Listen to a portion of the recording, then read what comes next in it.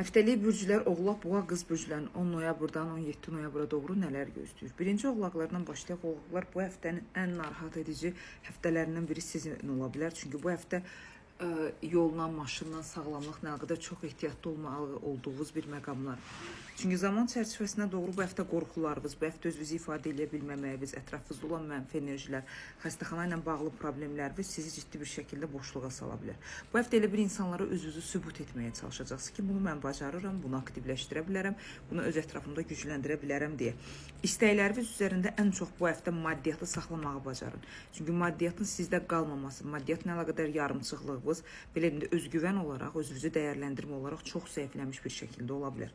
Bacarırsınızsa bu həftə belə deyim, özünüzü negativ enerjilərdən, negativ insanlardan uzaqlaşdırın. Çünki zaten sağlamlığınız və ailənizdə olan insanların sağlamlığı ilə bağlı probleminiz özünüzü qabağa çəkmə, dəngələşdirmə ilə əlaqədar ciddi bir problemlərin əmələ gəlməsinə səbəb ola bilər. Ən çox narahat edici bir məqam ayın 14-dən sonra başlayacaq bir zamanın belə deyim də yarımçıq bir məqamda olmasıdır. Yəni sizin özünüzün 14-dən sonra tamamlamağınız, hansı istiqamətə getməyiniz, özünüzü dəyərləndirməyinizlə bağlı problemlər olacaq. Xoşuma gəlmir. Sağlamlıq da zaten düşmüş bir vəziyyətdədir. Ümumi dəyərləndirsək, həftənizi 62%-ə qədər oğlaqlar uğurlu edə bilərsiniz.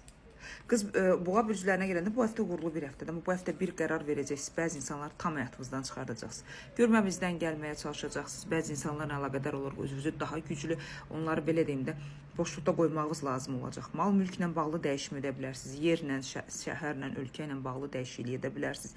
Bu həftə yarımçıq qalmış bütün hər şeyi həll etmə gücündə olacaqsınız. Başa düşürsünüz.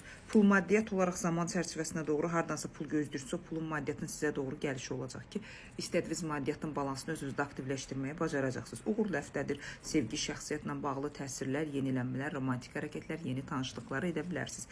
Ümumi dəyərləndirsək 74%-ə qədər həftənizi uğurlu edə bilərsiniz boğalar. Qız bürcləri bu həftənin ən uğurlularından biridir. Çünki qız bürcləri bu həftə həm dominant, həm şanslı, həm də özünüzə dəyər verən insanlar olacaqsınız.